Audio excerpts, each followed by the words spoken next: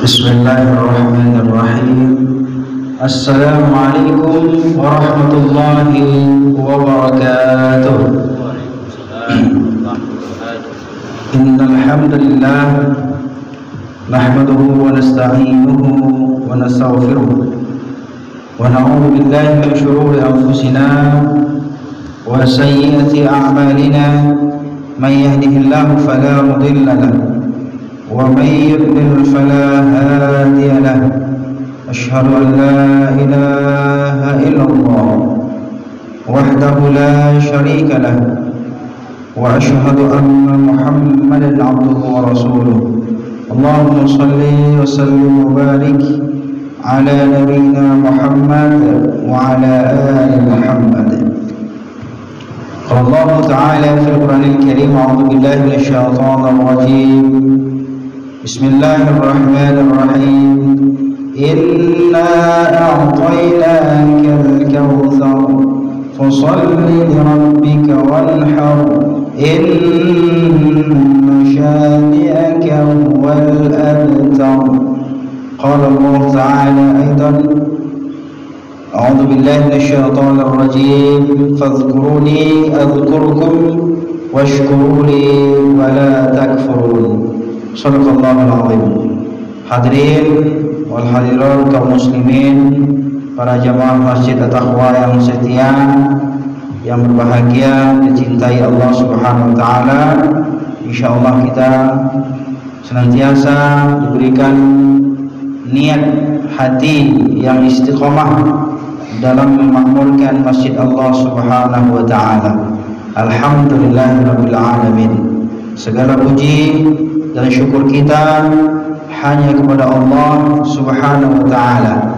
Pada hari ini kita telah memasuki minggu yang ketiga di bulan Juni 2023. Beberapa hari lagi kita akan memasuki yang namanya hari raya Idul Adha, ya, yaitu Idul Adha. Insyaallah jika Allah mengizinkan, maka kita akan sampai kepada hari yang telah ditentukan Allah Subhanahu wa taala dan juga Rasulullah, hari yang mulia, hari besarnya umat Islam. Karena pada dasarnya Bapak Ibu, hari besar Islam itu ada tiga. Pertama Idul Fitri, yang kedua Idul Adha, dan yaitu setiap minggunya, yaitu pada hari Jumat.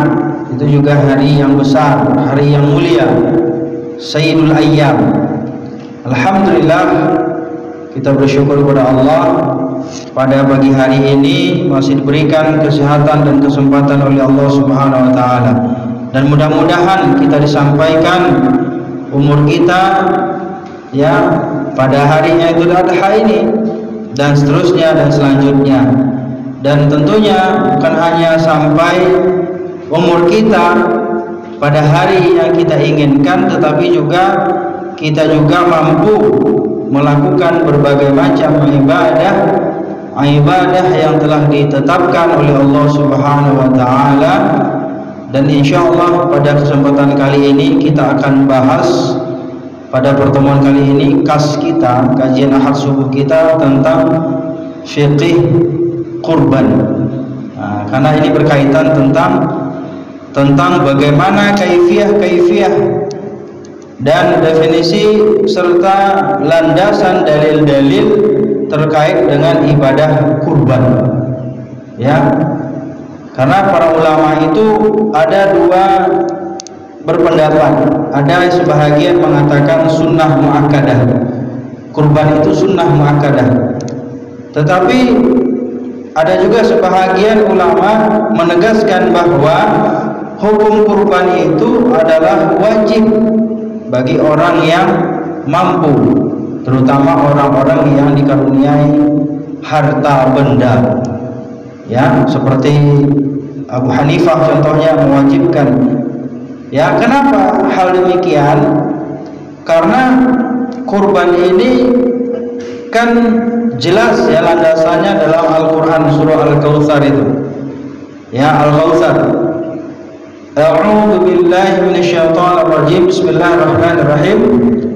Inna a'tainakal kautsar. Sesungguhnya kata Allah, kami telah mengkaruniakan nikmat yang banyak, nikmat yang sangat banyak sekali.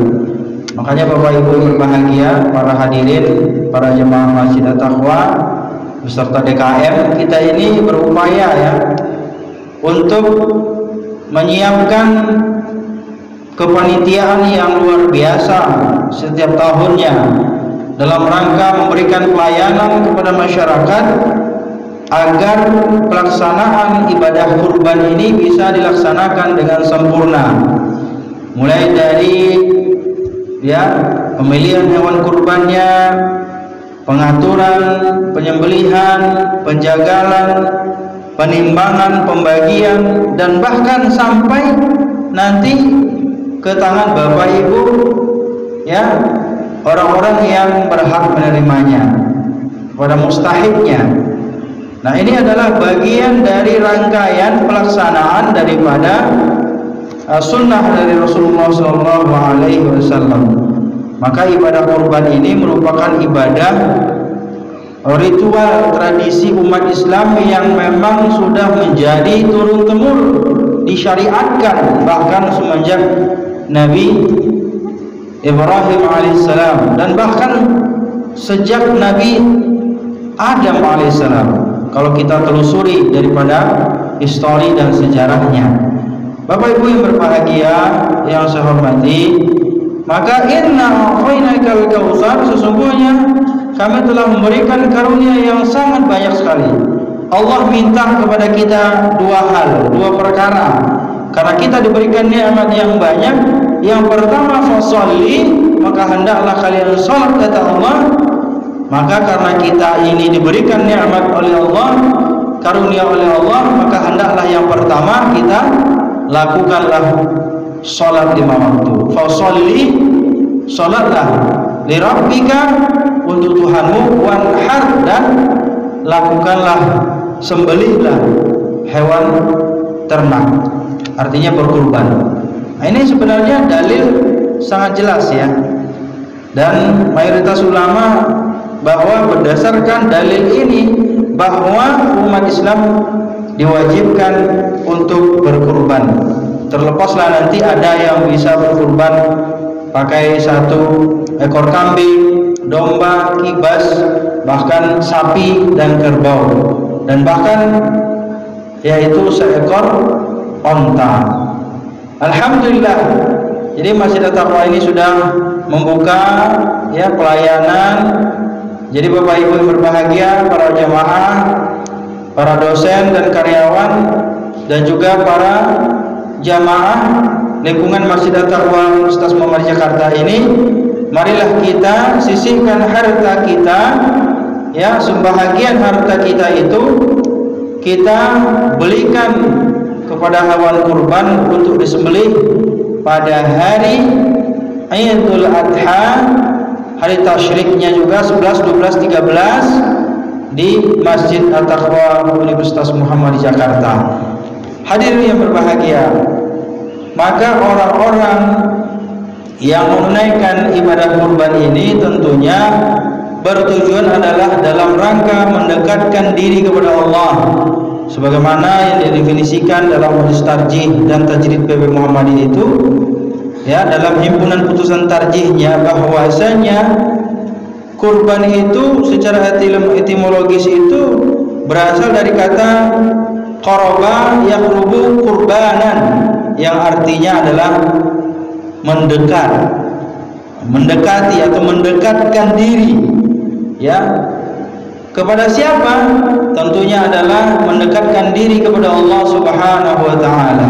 Seseorang yang berkurban ya, itu berarti dia itu berupaya untuk mendekatkan dirinya kepada Allah Subhanahu wa taala. Jadi Bapak Ibu berbahagia, mari kita berkurban sebelum kita jadi korban. Karena banyak orang sekarang ini di akhir-akhir zaman ini banyak yang menjadi korban. Meskipun hartanya banyak ya, gajinya besar, tapi kadang-kadang tidak bisa menemukan kebahagiaan dan ketenangan dalam kehidupannya. Mungkin barangkali dia itu kurang daripada rasa syukurnya. Salah satu bukti daripada rasa syukur seseorang itu adalah dengan cara berkurban sebelum menjadi korban. Nah, maka ketika kita dititipkan harta oleh Allah, rezeki oleh Allah, maka hendaklah kita keluarkan sebahagiannya untuk berkurban sebelum nanti masa-masa di mana kesulitan akan menghimpit, permasalahan-permasalahan ekonomi yang akan datang kepada diri kita, maka hendaklah kita selamatkan harta kita itu dengan cara berkurban. Ya, kita beli hewan ternak yang terbaik, kemudian kita sembelih, baik itu secara sendiri maupun secara kolektif atau secara kepanitiaan di masjid-masjid atau di warga-warga yang ada di sekitar kita. Maka hadir berbahagia, jadi qoroba yaqrubu qurbanan artinya adalah mendekatkan diri kepada siapa? Tentunya adalah kepada Allah Subhanahu wa taala. Ya, sedangkan menurut Khatib Asy-Syarbini mengatakan ma yuzabbih minal an'ami taqarruban ila Allah taala min yaumil 'id ila akhir ayyam tasyrik. Bahwasanya kurban itu merupakan segala sembelihan dari hewan ternak untuk mendekatkan diri kepada Allah Subhanahu wa taala, yang dimulai pada hari Idul Adha pada tanggal 10 Zulhijjah, kemudian sampai hari-hari tasyrik yaitu 11, 12, 13. Jadi sebenarnya Bapak Ibu berbahagia, mungkin saja pada hari Idul Adha belum terbuka hati kita rasanya untuk berkurban, itu masih diberikan kesempatan oleh Allah Subhanahu wa taala sampai 3 hari, yaitu 11, 12, 13. Subhanallah. Inilah sebenarnya hari raya yang besar itu, Idul Akbar. Kalau kita selama ini kan terbalik. Kalau hari raya besar itu kita beranggapan, dan banyak yang beranggapan itu di hari Idul Fitri. Padahal sebenarnya hari raya Idul Akbar itu yang besar itu adalah tatkala ya hari raya Idul Adha. Kenapa? Karena di situ ada ya hari-hari tasyriknya, menyembelih hewan kurbannya, bukan hanya 1 hari kesempatan yang diberikan, tapi bahkan sampai 3 hari setelahnya. Dan bahkan kita juga disunahkan untuk mengucapkan takbir ya selama 3 hari itu. Bayangkan, sedangkan untuk salat Idul Fitri itu cuma hanya 1 hari saja. Maka Bapak Ibu berbahagia, ya, inilah definisi daripada kurban, ya, berkurban. Jadi dalam rangka mendekatkan diri kepada Allah Subhanahu wa taala. Kalau kita lihat dari fikih kurban itu, barangkali ini bisa selesai beberapa pertemuan ini, ya. Tapi paling tidak ya dari beberapa hal yang dijelaskan dalam fikih kurban itu, terutama dalam hal ini kita rujuk daripada Majelis Tarjih dan Tajdid PP Muhammadiyah. Yang pertama yang perlu kita cermati adalah di saat kita ingin berkurban itu Bapak Ibu yang berbahagia, yang pertama adalah kita lihat jumlah hewan kurbannya, ya, karena seseorang telah sanggup dianggap cukup untuk berkurban itu, ya minimalnya di dalam sebuah hadis Nabi itu 1 ekor kambing, 1 ekor kambing kibas atau biri-biri, ya. Kalau tadi saya kemarin maksudnya atau beberapa hari yang silam itu ke daerah-daerah Depok, Sawangan, Tangerang, itu di pinggir-pinggir jalan itu sudah banyak sekali ya masyarakat menyediakan hewan kurban, ya, itu dadakan. Bukan hanya tahu bulat aja yang digoreng dadakan, ini juga ternyata hewan kurban. Para pebisnis hewan kurban itu banyak juga ternyata yang dadakan, bisnis hewan kurban dadakan. Bahkan juga yang menariknya Bapak Ibu, itu ada ruko dan bahkan ada showroom yang disulap menjadi tempat penjualan hewan kurban. Jadi ini adalah bagian dari fasilitas juga buat kita semuanya sebagai umat Islam. Jadi tidak perlu capek-capek susah-susah mencari hewan kurban, karena di mana-mana itu sudah banyak sekali. Sama kayak Ramadan, kalau Ramadan datang itu ibarat kita mau nyari takjil gitu ya, Ustaz Teguh ya. Kalau kita jadi takjil itu udah berjajar itu di pinggir jalan. Nah ternyata di Idul Adha ini juga mirip-mirip kayak Ramadan gitu loh. Nah cuman bukan takjil, tapi orang-orang masyarakat yang rame-rame, banyak sekali mereka itu berubah profesi ya menjadi pedagang hewan kurban. Maka ini adalah opsi bagi kita untuk menyediakan hewan kurban.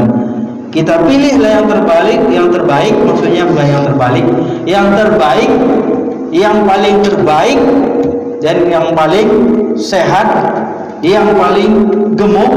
Karena jangan sampai nanti kita berkurban udahlah kecil, kurus, tidak sehat, paling murah lagi. Nah ini berarti kan kita dalam memenuhi perintah Allah Subhanahu wa taala ini tidak dengan kesungguhan hati, tidak dengan pengorbanan. Sementara kan kurban itu harus betul-betul dengan pengorbanan segenap jiwa, raga dan harta kita. Kita keluarkan, berikan yang terbaik. Jadi oleh karena itu hadirin berbahagia, sebagaimana yang dikatakan Rasulullah SAW dalam hadisnya, ya, falamma qada salatuhu bin nasi nadhara ila ghanamin qad dhubihat faqala man dhabaha qabla as-salati falyadhbah syatan faka'annahu wa man lam yakun dhabaha falyadhbah ala ismillah, rawahu Muslim. Jadi hadis ini diriwayatkan dari Jundub bin Sufyan ya. Dikatakan bahwasanya tatkala beliau bersama Rasulullah SAW, kemudian Rasulullah setelah selesai sholat itu bersama para jamaahnya, kemudian beliau itu melihat seekor kambing yang telah disembelih. Lalu beliau bersabda, barang siapa yang menyembelih kurban sebelum melakukan sholat, hendaklah ia menyembelih seekor kambing sebagai gantinya. Dan barang siapa yang telah menyembelih, yang belum menyembelih, hendaklah menyembelih berdasarkan nama Allah Subhanahu wa taala. Artinya apa? Ini adalah bagian dari salah satu landasan dasar perintah bagi kita tatkala telah selesai melaksanakan sholat Idul Adha, kemudian kita diperintahkan oleh Rasulullah untuk menyembelih hewan kurban. Maka hadirin berbahagia, artinya apa? Pada hari hanya misalnya kita belum bisa tanggal 10-nya, masih ada kesempatan 11, 12, 13. Karena sejatinya para pedagang-pedagang kurban itu pasti ya masih buka di tanggal 11, 12, 13 di hari-hari tasyrik ini. Maka ini adalah bagian dari salah satu landasan ya bagi kita, bahwa setiap orang minimal ya, bagi orang-orang yang diberikan harta rezeki oleh Allah, 1 ekor kambing. Nah yang kedua, seekor sapi telah mencukupi kurban ya untuk 1 orang atau 7 orang ya, 7 orang. Kalau misalnya dia mampu ya 1 orang 1 sapi, tapi kalau tidak mampu dia bisa kolektif. Makanya di Masjid At-Taqwa pada jamaah juga ada yang ngelis ya, dari 1 sampai 7 nama.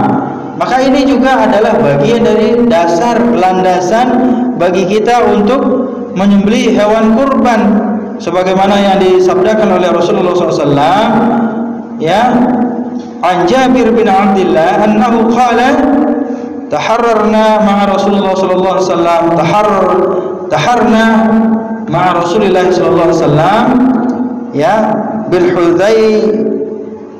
batal badanah an sab'atin wal baqaratu an sab'atin.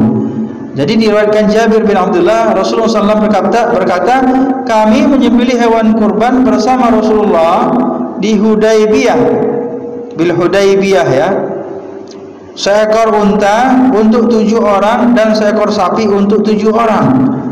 Dan bahkan kalau untuk unta ini bisa juga sampai 10 orang atau 10 peserta. Jadi ini adalah bagian dari kemudahan bagi kita, ya. Kan lumayan, misalnya sekarang itu kan para jamaah, para masyarakat lebih cenderung untuk misalnya dagingnya itu daging sapi misalnya gitu ya. Karena kalau daging sapi itu lumayan mahal dan bahkan sebagian kalangan orang sangat mahal. Nah, sangat jarang gitu ya bisa menikmati memakan daging sapi. Nah, ada sebagian para panitia kurban ini mereka itu hanya menerima sapi saja. Apalagi kalau misalnya di daerah Padang, Sumatera Barat itu, di kampung istri saya itu, mereka itu hanya menerima di masjid itu panitianya hanya sapi saja. Bahkan sampai 5 ekor, 7 ekor, bahkan 10 ekor, hanya sapi saja. Tidak ada yang berkurban kambing gitu, seperti itu. Kenapa? Karena ya itu tadi, kalau sapi itu mungkin dagingnya sebagian orang mungkin lebih enak ya, lebih wangi dan lebih awet dan segala macamnya, bisa direndang juga. Nah, oleh karena itu Bapak Ibu berbahagia, penyembelihan sapi ini adalah bagian dari sunnah Rasulullah SAW, bisa sampai 7 orang. Kalau unta 7 orang, bahkan sampai 10 orang pesertanya. Dan ini ya tinggal optionnya saja. Apabila seseorang tidak memiliki ya kemampuan untuk menyembelih 1 ekor sapi secara individu, maka Bapak Ibu berbahagia bisa secara kolektif. Nah, berikutnya Bapak Ibu berbahagia, yang perlu lagi kita perhatikan adalah bagaimana ya ketentuan di dalam pendistribusian hewan kurban. Ya, mulai dari penerimaan kurbannya itu. Ini dalilnya banyak sekali hadirin berbahagia dalam surah Al-Hajj ya. Dalam surah Al-Hajj itu ada ayat 28, ada 36 dan juga hadis-hadis yang diriwayatkan oleh Bukhari dan Muslim ya, dan juga daripada sahabat Rasulullah SAW Ali bin Abi Thalib. Intinya adalah bahwasanya hadirin berbahagia, dalam ayat ini bahwasanya dan juga dalam hadis ini secara umum disimpulkan bahwa orang-orang yang menerima hewan kurban itu ketentuannya yang pertama, orang-orang yang boleh menerima hewan kurban itu atau daging kurban itu pada dasarnya semuanya kita ini boleh, termasuk orang yang berkurban itu sendiri. Tapi jangan sampai nanti dia malahan kurban pesan pahanya, buntutnya, hatinya, ya, kepalanya, semuanya diorder. Ini sama saja ya numpang menyembelih doang kalau seperti itu ya. Sebaiknya orang-orang yang berkurban itu sebaiknya ya udah serahkan sepenuhnya ya kepada panitia dan diserahkan kepada masyarakat. Kalau bisa dia itu tidak perlu lagi untuk memakan daging hewan kurban yang dia sembelih itu, meskipun dia itu dihalalkan dan dibolehkan ya bagi sohibul kurban untuk memakan daging kurbannya sendiri, hanya sekedar 1 kali masak, 1 kali makan. Jadi jangan sampai nanti udah habis Idul Adha daging kurban masih numpuk ya di rumahnya, karena dia kurban 1 ekor sapi, paha sebelah buat dia ya kan, buntutnya, dagingnya, belum lagi nanti mungkin ada kepalanya dan segala macamnya, kakinya. Nah, inilah kadang-kadang pola pikir kita, kadang-kadang sebagai panitia juga ya kurang berani gitu menegaskan kepada sohibul kurban gitu ya. Jadi oleh karena itu hadirin berbahagia, bolehkah sohibul kurban itu memakan hewan sembelihannya, hewan kurbannya? Boleh, tapi hanya sekedar saja. Kemudian Bagi siapa lagi? Orang-orang yang fakir, yang sengsara. Ini perlu catatan buat jamaah. Mungkin perlu disiapkan untuk antisipasi. Jangan sampai ada orang yang susah, orang yang miskin, atau mungkin orang-orang yang memang betul-betul memprihatinkan ekonominya, dia datang, kita nggak kasih dengan alasan tidak ada kupon. Nah, ini perlu kita wanti-wanti sebagai panitia. Kenapa hal demikian? Karena mereka lah orang yang juga paling berhak mendapatkan hewan kurban itu. Ya. Nah, jadi tidak hanya berdasarkan kupon. Ya, memang kupon itu kan tujuannya adalah untuk disiplin. Kita tahu bagaimana nanti ya jumlah daging yang akan kita bagikan. Tapi tentunya sebagai panitia kita juga harus menyiapkan untuk antisipasi jika ada orang-orang yang betul-betul fakir dan miskin, sulit kehidupannya, berharap sekali dengan daging kurban itu, maka kita harus siap untuk memberikannya, untuk membagikannya. Jangan sampai mereka itu pulang dengan kekecewaan. Jadi Bapak Ibu yang berbahagia, ini yang kedua. Yang ketiga, orang yang berhak mendapatkan kurban itu adalah orang yang tadi udah orang yang fakir dan miskin. Kemudian orang-orang yang fisabilillah, ya, fisabilillah, atau orang-orang yang memang berjuang di jalan Allah, berdakwah di jalan Allah, atau fisabilillah itu ibnu sabil, orang yang dalam perjalanan ya kehabisan bekal, tidak ada dana untuk biaya kehidupannya, atau mungkin dia tidak memiliki uang untuk makannya. Nah, maka mereka juga harus diperhatikan. Dan sebenarnya Bapak Ibu berbahagia, banyak sekali ya hal-hal yang perlu disampaikan dalam fatwa-fatwa ini berkaitan tentang bagaimana ya kaifiyah di dalam menentukan penyembelihan hewan kurban ini. Tapi paling tidak ada beberapa hal yang terakhir sebagai penutup pada kajian kita pada subuh hari ini, yaitu tentang kepanitiaan. Ya, jadi kepanitiaan itu adalah orang yang membantu sohibul kurban itu untuk menyiapkan segala halnya. Bahkan mungkin nanti kita juga akan siapkan tenda untuk memfasilitasi penjagalan, penyembelihan, ya kan, untuk membersihkan hewan kurban, dan kemudian penimbangan, pembagian, pembungkusan dan segala macamnya sampai pendistribusiannya kepada masyarakat. Ini bagian dari kewajiban yang dilakukan oleh kepanitiaan. Maka fungsi panitia kurban ini tujuannya adalah untuk memudahkan. Ya, meskipun mungkin di zaman Rasulullah tidak ada istilah kepanitiaan, apalagi pakai SK, tidak ada. Tetapi bagaimana di zaman sekarang ini perlunya penataan hewan kurban itu dengan kepanitiaan ini. Maka kepanitiaan ini adalah bagian yang penting yang tidak bisa dilepaskan dari prosesi penyembelihan hewan kurban, sehingga kurban-kurban para sohibul kurban itu bisa ya dirawat dengan baik sebelum disembelih, bisa dijaga dengan baik, kemudian bisa ya prosesinya itu bisa sesuai dengan sunnah. Ya, standar operasionalnya dalam penyembelihan hewan kurban itu sesuai dengan syariatnya Allah Subhanahu wa ta'ala. Kemudian panitia tidak boleh mengambil upah ya dari hewan kurban itu. Nah, ini juga sangat berat sekali ini. Namun dapat dibebankan kepada sohibul kurban. Makanya ada misalnya salah seorang pekurban, satu ekor sapinya itu misalnya 15 juta plus 1 juta atau 700.000 biaya operasional. Harus begitu, jelas. Jadi bagi panitia itu boleh mengambil ya atas jasa pengurusan kurbannya itu dari biaya lebihnya itu, operasionalnya itu, bukan dari biaya. Apalagi ada yang jual kulit misalnya, kemudian kita jadikan sebagai upah penjagalan untuk kepanitiaan, itu sebenarnya tidak boleh. Dan itu sudah dijelaskan dalam sebuah hadis Rasulullah SAW ya, yang diriwayatkan oleh Abu Daud ya.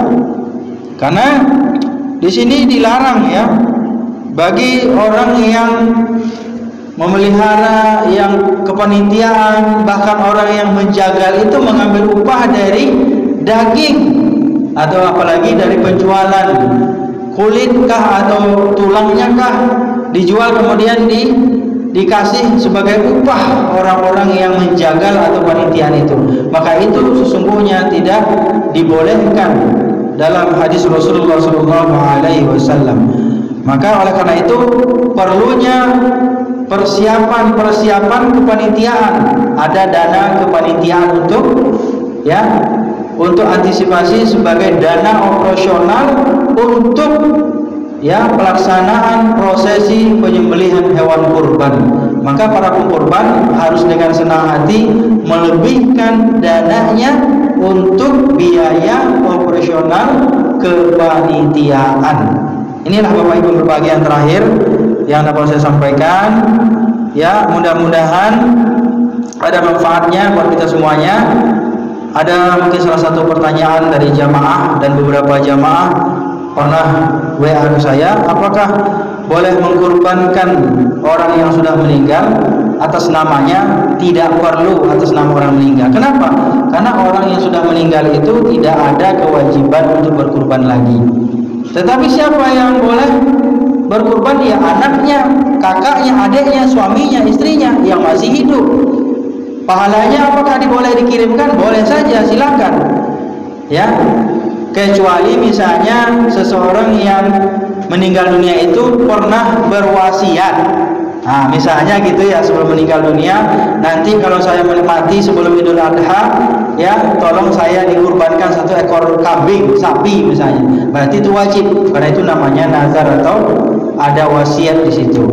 Tetapi kalau tidak ada, maka tidak ada kewajiban untuk keluarga, suami, istri atau anak yang masih hidup untuk mengkurbankan orang tuanya atas nama orang tua. Tidak perlu.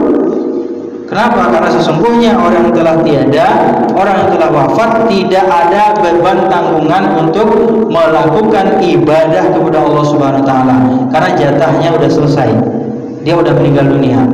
Tetapi boleh saja keluarganya yang mengkurbankan kemudian diniatkan untuk almarhum ya pahala daripada ibadah kurban tersebut. Apalagi misalnya kurban itu karena harta dari yang meninggal. Nah, itu boleh saja dikurbankan ya atas nama keluarganya, bukan orang yang meninggalnya. Itu saja barangkali Bapak Ibu. Mudah-mudahan ini jelas bagi kita semuanya.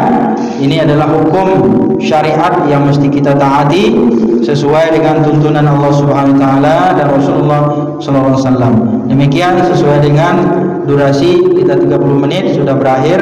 Maka kita cukupkan sampai di sini. Terima kasih atas perhatian. Mudah-mudahan semua ibadah kita diterima oleh Allah Subhanahu wa taala. Amin ya rabbal alamin. Demikian subhanallahi wa fadlul qarib wa basyiril mu'minin. Wassalamualaikum warahmatullahi wabarakatuh.